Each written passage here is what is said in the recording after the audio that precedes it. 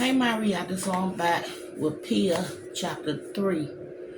While the dead backed up at mortuaries and pressed into undertakers' living quarters, hospitals, morgues overflowed into corridors.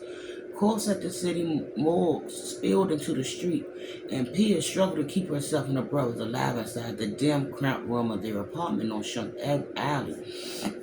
Before making the decision to leave, she had suffered 8 days of increasing anxiety with no idea when or if it would be safe to go outside again.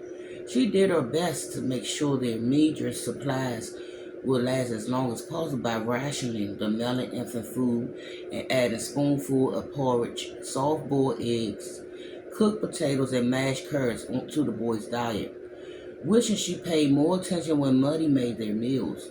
Pia tried to duplicate her lentil soup, but the lentils turned out either half cooked or too mushy, and the soup tastes like chalk mixed with paste.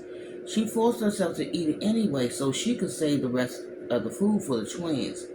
She hated the taste of her mother's pasta, but drank that too, despite the fact that she didn't even like real coffee. It didn't matter if her stomach cramped with hunger or she longed for something to drink besides fake coffee and water. Ollie and Max came first. Anything that could be made soft enough, she fed it to them. Anything was hard or distasteful, like crust of bread or lentil soup, she kept for herself. When she wasn't busy feeding, changing, or trying to get the twins to sleep, she checked out the window to see if people were coming outside yet.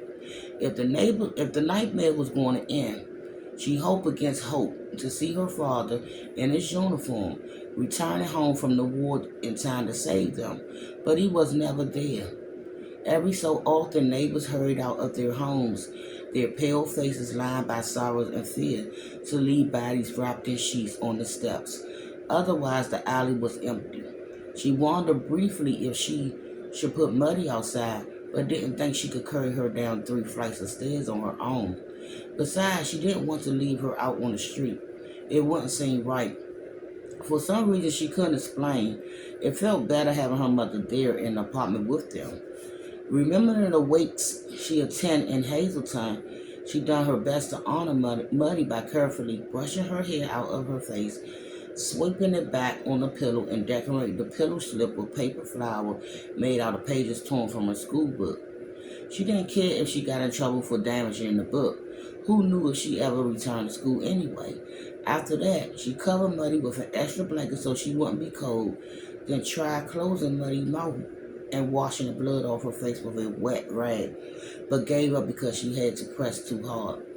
Every morning she checked the clothesline for a message from Finn, but her note still hung outside his window, damp and tattered from the October wind and rain. The sight of it made her shiver. If it weren't for the occasional muffled sounds and bumps and scrapes of furniture on the other side of the tenement wall, she had thought she and her brother were the last people alive.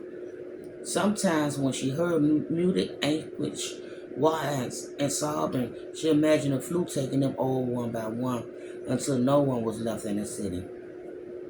Grief and despair nearly swallowed her. By day 4, she stopped looking for a note from Friend, and when she opened the bedroom door to look for warmer clothes for her brother, she recalled and clasped a hand over her mouth. She never smelled anything so horrible, a pungent combination of dead animals, the inside of an outhouse on a hot day, and the strange cloying scent of old perfume. Veda had found a dead rat rotting under the stove the day they moved into the apartment, and that had made Pia gag, but this was worse.